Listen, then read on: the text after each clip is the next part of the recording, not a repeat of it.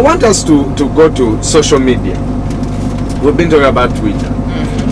Ugandans need to be engaged in that front.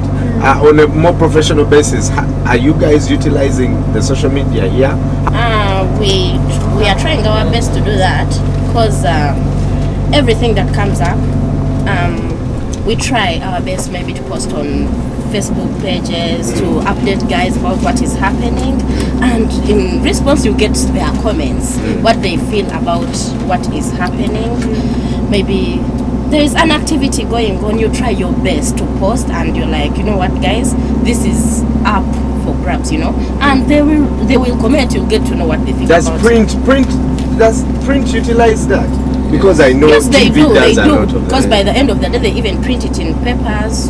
But yes, With they Facebook do. and write Yes, comments, yes, but they I've do seen that. Do you think the public in Uganda here, we've seen the Arab awakening due to the power of the social media? So much change was caused. Are Ugandans aware to that level that social media can actually bring change here? Yeah, I do believe Ugandans are aware that social media can bring change, that desired change that they would love to see. But like social media in Uganda is something that is yet new. It's something that we're yet experiencing.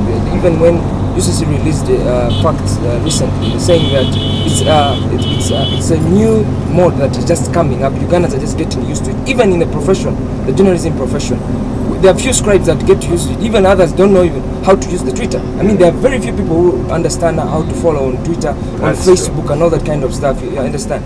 And so it's something that it's going to take us time to get to understand how these things work. That's why you find the president, when during the Arab Spring Revolution, the president was very bold and said that there is nothing can happen like that in Uganda, because he knows very well we cannot mobilize, we cannot do all that. And actually, I like to applaud the efforts of the Prime Minister. The man tweets. Let me I'm impressed. He tweets a lot. What does that tell you? Social media in Uganda is a privilege of a few.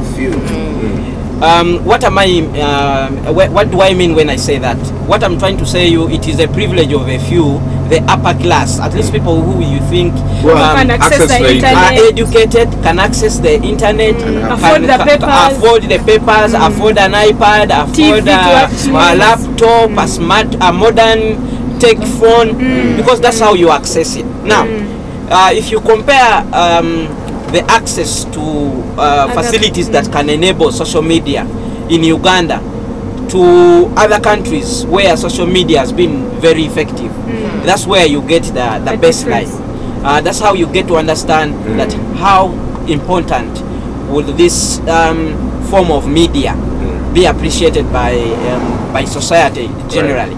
But amongst us journalists, we are using social media for in a number of ways. For instance, there are those stories that you cannot simply put on radio or on TV when you do not have that space. These are some of the stories that you can share with your colleagues. You can share tips. For instance, you know something that is going around, you can post and tell your colleagues, look here, there is something going on. You can stimulate debate to widen your understanding of things, about a policy, about a law, about an action that has taken place, so that you are able to get different views from your colleagues, giving you enough ammunition to confront a given story if you are doing research, so that you can be able to get a total package at the end of the day. So but like I said earlier, it remains a privilege of a few. Even the journalists themselves, not all of them are on using social media. I was saying that most people use social media to get girlfriends and boyfriends.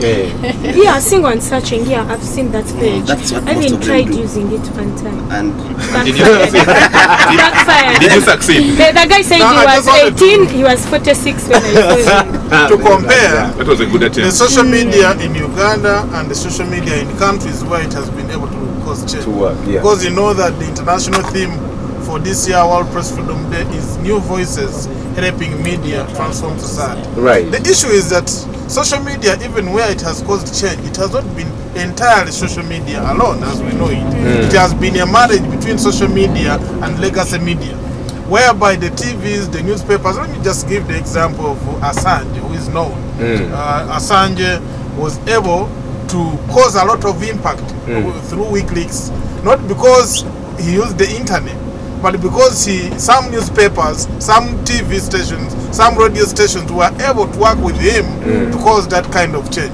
Now, where social media has caused change, there have been factors. One of the factors is that the literacy levels. Take for example Libya. Take for example Egypt. Take for example Tunisia.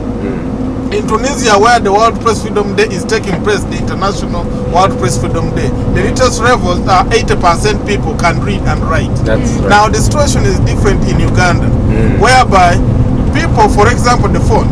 If we talk about the internet, the level of penetration in Uganda is high because at least today you can get internet on your phone.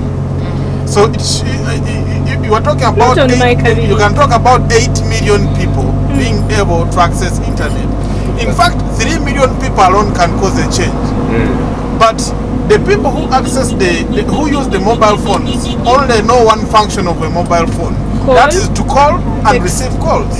They cannot send SMS. Now, because of poverty levels, somebody uses airtime sparingly, so they cannot use it to communicate different people. So it should be able to change if there is intermarriage between the social media and legacy media. And we are seeing a trend towards that.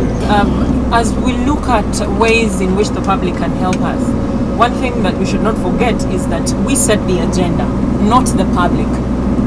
We don't follow the public should follow us. But again, we have to let the public appreciate us and understand the way we do our work. Because, like, if I went out just to do Vox Pops, asking the public what they think about something, some of them run away. They just don't trust you. They don't know where you're taking the information to.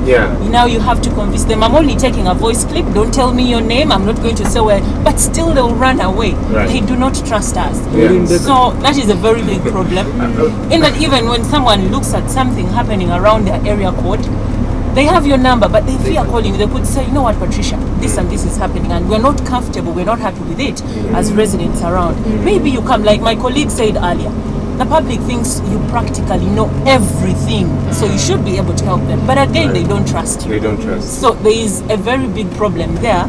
And again, when they tip to you on something that is happening somewhere, they expect some money. And when you don't give them money and you take the story, they want the story to run like a sap.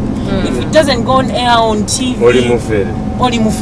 they don't they just don't understand the way we operate. The only way you avoid being used as a journalist is to get analytical, not to take everything that is being talked about on face value. Most cases I'm based in Parliament, but there are times when some members of Parliament quote the Constitution and they are quoting the wrong article. And they are telling you it talks about a certain issue, and yet that particular article completely talks about something else. Are you simply putting that on paper, or you're going back as a journalist to read that article to find out whether that particular article says what the person is saying? Are you looking into the allegations? Are you cross-checking? Are you giving a voice to more people other than this particular story? For instance, if Sechikubo and his group addresses a press conference, would you after that go and talk to other MPs and ask them, look here, Sechikubo is talking about reinstating term limits. What do you think about this idea?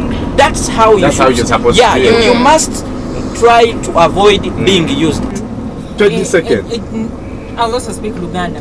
Nze kyembadde ngamba ebiseera ebisinga naffe bannamawulire we tuba tugenze out there okufuna amawulire oba to engage the public, ogenda n'otuuka awantu nga weeragalagadda nti gwe oli wa kibiina gundi oba gwe okolera gundi, n'otuuka awantu kwegamba olina amawulire g'oyagala nga tebakufaako bagamba oyo wa gundi kiswaza gwe nga munnamawulire tolina kuba na kugulu nti okugulu okuko kuli wano oba kuli wano, olina okuba oliwo okuweereza ebikome mu nnyumba yo. Ebikome mu nnyumba yo.